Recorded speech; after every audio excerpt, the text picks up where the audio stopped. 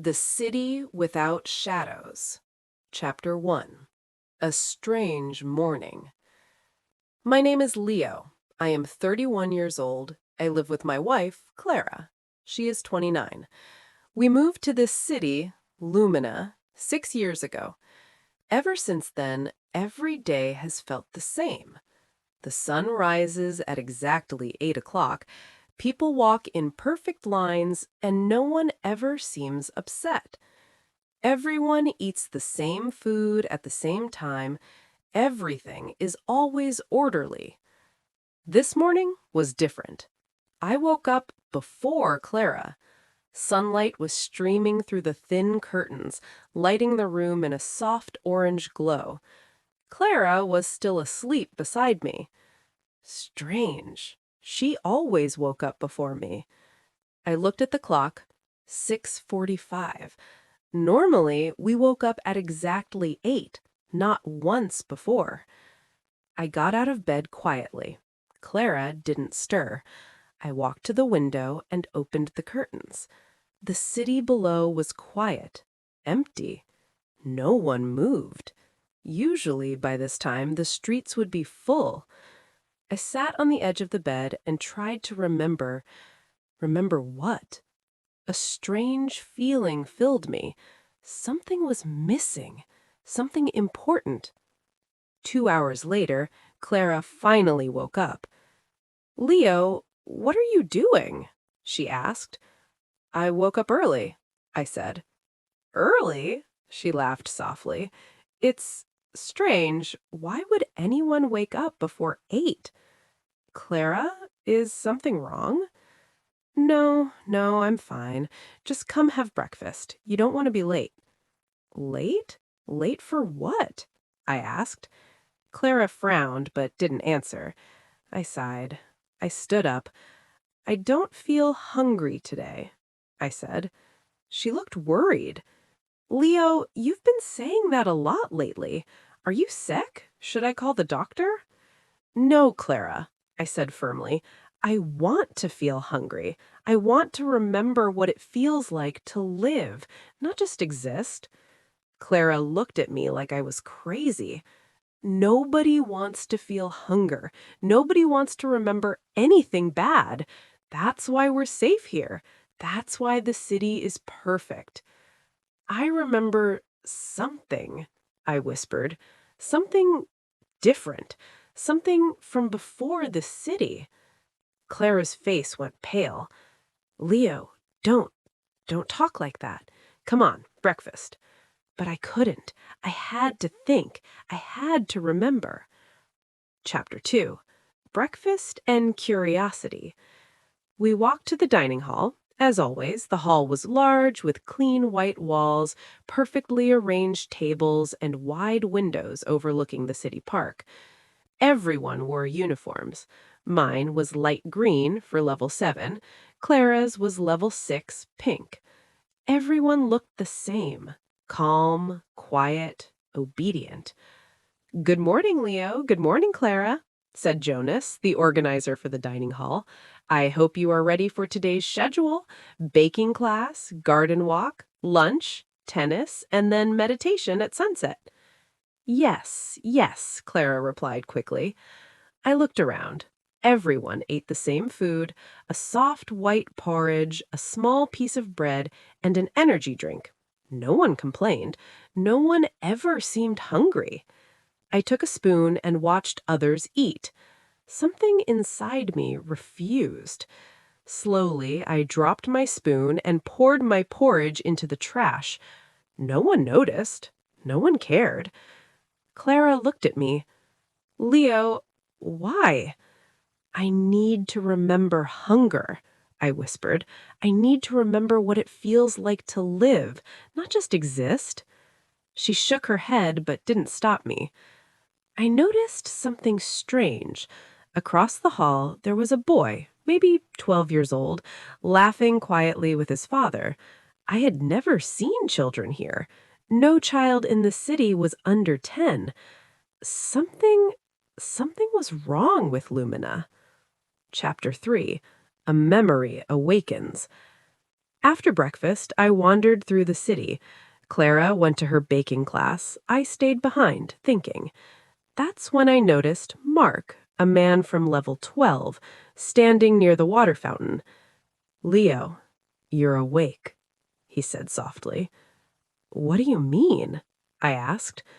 "You remembered," Mark said. "You've started to remember things that others can't." I I think so, I said. "I remember the city isn't real, or at least it's not normal." Mark nodded. "You've been living here for years, but most people forget their lives before Lumina. You're different. You can feel, you can question, you can remember." Why? Why is everything the same? Why does everyone obey? Why no children under 10? Because this city was created. 9 years ago, the world outside collapsed. Hunger, violence, and chaos. Governments decided to create controlled cities like Lumina. People come here to forget, to survive. They give everyone the same food, the same schedule, the same life. Drugs in the food prevent memory and strong emotions. It works most of the time. I swallowed hard. "So, all of this," I said, gesturing to the city, "it's fake? My life? My happiness? It's all controlled?" "Not fake," Mark said quietly. "Safe, but empty. The choice is yours if you want to leave. Few ever remember enough to leave." Chapter 4: The Roof and the Helicopter. I needed to see for myself. That night, I sneaked out of my apartment. I climbed the stairs to the top floor. There was a door I had never noticed before. I pushed it open. The city's skyline stretched endlessly, and there, on the roof, was a helicopter, a Bell 214. My heart raced. I knew it. I had worked with helicopters before, in my life before Lumina.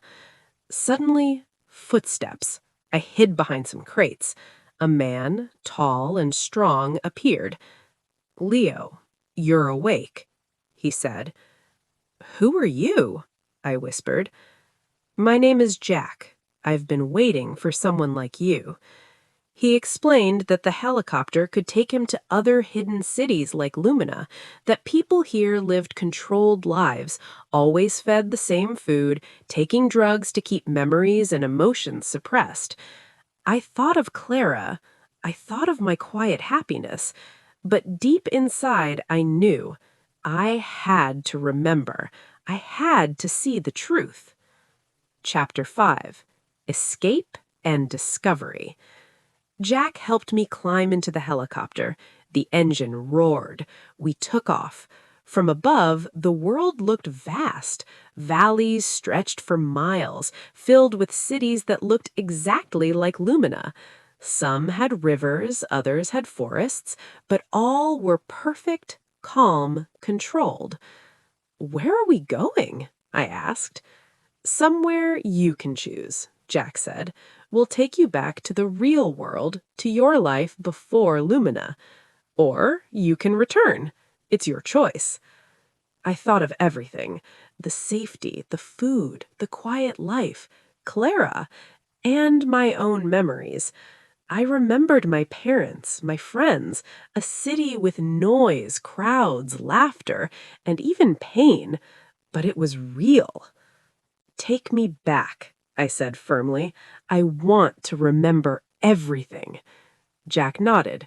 "Few ever make this choice. Most choose comfort, most never leave. But you are ready." Chapter 6: The Truth of the World. When we landed, I saw factories, roads, cars, and people in the streets. Chaos, noise, children running, adults arguing. Hunger, anger, happiness, sadness, all real. I remembered my life in London, my old apartment, my friends, my job in the helicopter factory, my parents. I remembered everything. I felt the rush of real hunger, real joy, real pain. I had been alive in Lumina, but now I was truly alive again. Jack smiled. This is the world you left behind, Leo. It's not perfect, but it's real, and now you can live it fully. I looked at the city, then at the sky. I took a deep breath. Finally, I felt free. Chapter 7. Choosing Life. I could go back to Lumina. I could forget again, live the easy, controlled life. But I chose reality, even with all its pain. Clara had been part of my dream, part of my controlled happiness. I left Lumina knowing many would never escape, never remember, never live. But I had chosen to remember, to feel, to live. And as I walked through the real streets, with the wind on my face, the smells of food and life around me, I knew that this was the only choice I could ever make. Real life was messy, difficult, sometimes cruel, but it was mine. And for the first time in years, I felt the hunger again. Hunger for life.